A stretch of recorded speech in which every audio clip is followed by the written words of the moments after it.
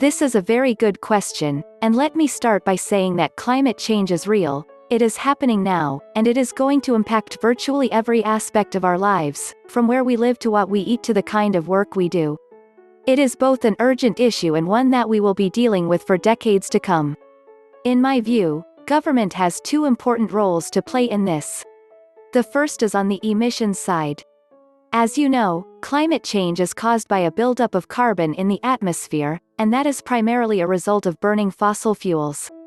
Once that carbon is released into the atmosphere, it stays there for hundreds of years. By making the choice to continue burning fossil fuels today, we are heating up the planet for generations to come. Or to be more blunt about it, by continuing to burn coal, oil, and gas, we are ensuring that our kids and grandchildren will be living on a radically different, and likely more chaotic, planet. Government can play a big role by enacting policies that encourage a speedy transition to clean energy such as wind and solar. The world has made a lot of progress in this direction in recent years, but we still have a very long way to go. Governments, state, local, and federal, have a lot of tools at their disposal to accelerate this. The biggest and most powerful, and most controversial, would be to put a tax or a fee on carbon.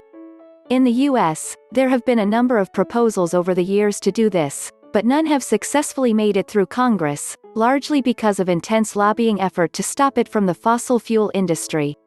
Other tools to accelerate the transition to clean energy include setting statewide standards for renewable energy production, aka Renewable Portfolio Standards, changing laws and regulations that make it difficult for solar and wind generators to connect to the grid, maintaining aggressive vehicle emissions standards. The Trump administration has proposed weakening them, and cutting subsidies to fossil fuel industries.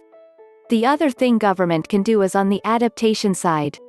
No matter how fast we reduce emissions, we're still going to have significant climate impacts, as we're seeing right now with summer heat and wildfires. Government has a big role to play in helping to reduce those impacts. One place to start would be reforming the National Flood Insurance Program, which is currently billions of dollars in debt and encourages people to rebuild their homes in frequently flooded areas. Building codes could be strengthened to make homes and structures more resilient to flooding and fires. Zoning laws can be revised to discourage building in areas that are at high risk for fire and flooding.